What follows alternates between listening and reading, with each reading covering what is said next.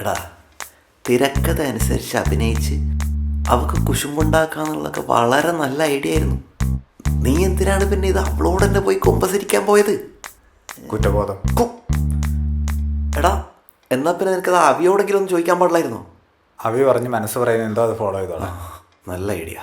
ഇങ്ങനെ മനസ്സ് പറയുന്ന ഫോളോ ചെയ്തിട്ടാണ് അറിയാലോ അവൻ്റെ പ്രേമം നല്ല നിലയിലെത്തി നിൽക്കുന്നത്.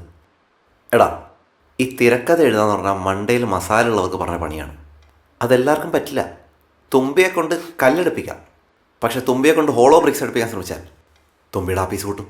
അതിനിവിടുന്ന തുമ്പി. എടാ, അതായത് അവനവനെ കൊണ്ട് പറ്റുന്ന പണിയേ ചെയ്യാവുള്ളൂ എന്ന്. ഓ അങ്ങനെ. അപ്പോൾ ഹോളോ ബ്രിക്ക്? ഹോളോ ബ്രിക്ക് ഉണ്ടാ. ഇപ്പം നിന്റെ പ്രശ്നം എന്താണ് അത് പറ. അവള് ദിവ്യ എന്നോട് പഴയ പോലെ സംസാരിക്കണം. അത്രയല്ലേ ഉള്ളൂ? അത്രയല്ലേ? എടാ, ആണോ അല്ലോ എന്ന് പറഞ്ഞ. ആണ്. ഇതാണോ ആണോ? നീ എന്തിനാ ഇങ്ങനെ പിറുപിറുക്കണ? ഞാൻ ചില കാര്യങ്ങൾ കണക്കൂട്ടായിരുന്നു. കൂട്ടിക്കഴിഞ്ഞാ? കൂട്ടിക്കഴിഞ്ഞു. ഇനി കിഴിച്ചാൽ മതി. ഈശ്വര, മൊത്തം കിളിഞ്ചു പോകാതിരുന്നാൽ മതിയായിരുന്നു. നീ ഇങ്ങനെ സ്വയം സംസാരിച്ചോണ്ടിരിക്കാണ്ട് എന്നോട് കൂടി പറയാടാ. പറയാം. എടാ, ഈ പെൺകൾ. പെൺകളല്ല, പൊണ്ണ്. ഒരു പൊണ്ണ്. ഞാൻ പ്ലൂറലായിട്ട് പറഞ്ഞാൽ നീ സിംഗിളറായിട്ട് എടുത്താൽ മതി. പറ. ഒരു പൊണ്ണ് നമ്മളെ ഇഷ്ടപ്പെടണമെങ്കിൽ, നമ്മളെ അല്ല എന്നെ, നിന്നെ ഇഷ്ടപ്പെടണമെങ്കിൽ ആദ്യം അവർക്ക് ഇഷ്ടപ്പെടുന്നത് നിനക്കിഷ്ടപ്പെടണം. ഐഡിയ ഇഷ്ടപ്പെട്ട? ഇഷ്ടപ്പെട്ടു, പക്ഷെ കഷ്ടപ്പാടാണ്. എന്ത്? ഒന്നും മനസ്സിലായില്ല. ഇതാണ് കുഴപ്പം. സ്ട്രെയിറ്റ് ആയിട്ട് പറഞ്ഞാൽ ഒന്നും മനസ്സിലാവില്ല. എടാ, ആദ്യം നീ ദിവ്യയുടെ ഇഷ്ടങ്ങൾ എന്തൊക്കെയാണെന്ന് മനസ്സിലാക്കണം. എന്നിട്ട് ആ ഇഷ്ടങ്ങൾ നിന്റെ കൂടെ ഇഷ്ടങ്ങളാണെന്ന് അവളെ മനസ്സിലാക്കിക്കണം. അത് അവളെ മനസ്സിലാക്കി കഴിയുമ്പോൾ അവൾക്ക് മനസ്സിലാവും അവളെ മനസ്സിലാക്കാൻ നിനക്ക് പറ്റും. മനസ്സിലായോ? ഇങ്ങനെ സിമ്പിളായിട്ട് പറഞ്ഞാൽ മനസ്സിലായി. പക്ഷെ അതൊക്കെ എങ്ങനെ മനസ്സിലാക്കും? അതിനല്ലേ സുക്രമാമൻ. എന്ത് സാധനം? എടാ, നീ ഫോട്ടോ നോക്കിയിരിക്കാതെ അബൌട്ട് ഇൻഫോ എടുക്കടാ. FB അവളുടെ ലൈക്സ് എടുക്ക്. നീ എവിടുത്തെ കാമുകനാണ്?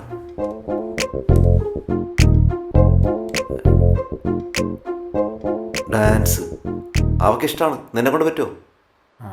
ശ്രമിക്കാം. എന്നിട്ട് അടുത്ത ജന്മത്തിൽ അവളെ പ്രേമിക്കാം അല്ലേ? പെയിൻറ്റിങ് പറ്റുമോ? ഈ മതിലിനെ കടിച്ചാൽ മതിയോ? മതിലിൻ്റെ. എടാ, വൈൽഡ് ലൈഫ് കുഴപ്പമില്ല, വേണ്ട, അവരെങ്കിലും സ്വസ്ഥമായിട്ട് ജീവിച്ചോട്ടെ. ഗാർഡനിങ്, മണ്ണിലിറങ്ങി ഇച്ചിരി പണിയെടുക്കാൻ പറ്റുമോ പ്രകൃതി സ്നേഹി? ഞാനോ? കിസ്സിങ് സീനാവോ? ആവോ? ഒരുപാട് ടേക്ക് പോവായിരിക്കും അല്ലേ? നിനക്ക് എത്ര ടേക്ക് പോകണം? എത്ര ടേക്ക് പോയിട്ട് ഇപ്പോൾ എനിക്കെന്താ കാര്യം? അത് ശരിയാ, നായക്ക് മുളച്ചിട്ട് അമ്പട്ടിന് കാര്യമൊന്നുമില്ലല്ലോ. ചേട്ടൻ ഇതിനു മുമ്പ് കിസ്സിങ് സീൻ കണ്ടിട്ടുണ്ടോ? കണ്ടിട്ടുണ്ടോന്നാ?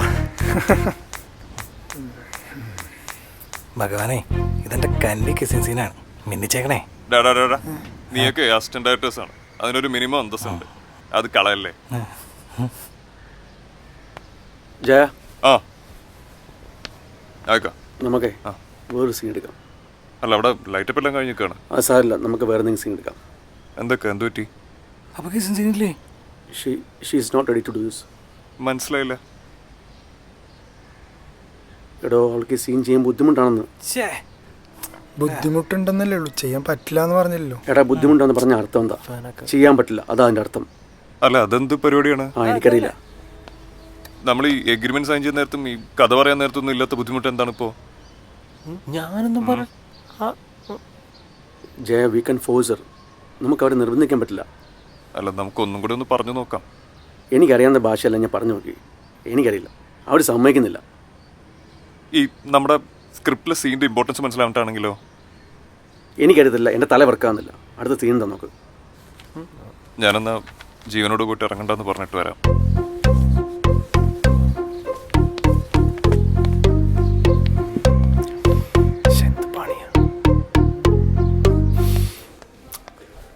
വന്ന് ഞാനൊരു കിണറ്റിലെ തവളയായിക്കൊണ്ടിരിക്കുകയാണോ എന്നാണ് എൻ്റെ സംശയം.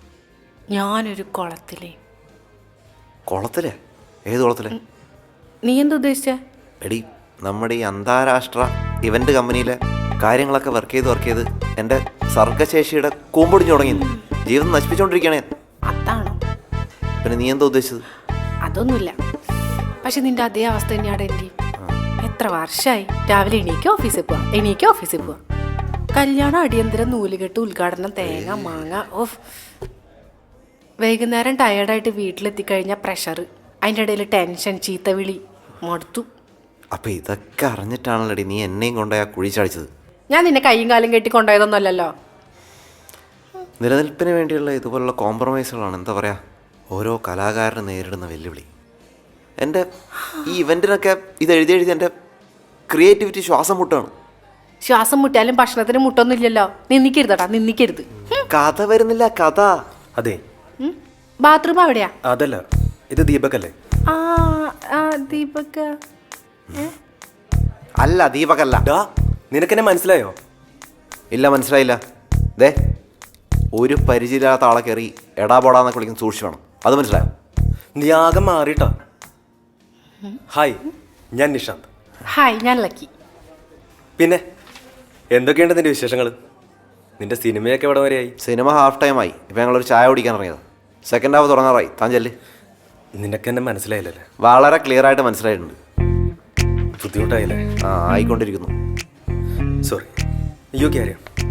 ഓക്കെ നിക്ക്, പിന്നെ കാണാം. ഹലോ, നിക്കല്ല ലക്കി. അത് വിടറി, നക്കി പോട്ടെ. ഉള്ളൊരു കറക്ഷൻ. Papacilalo.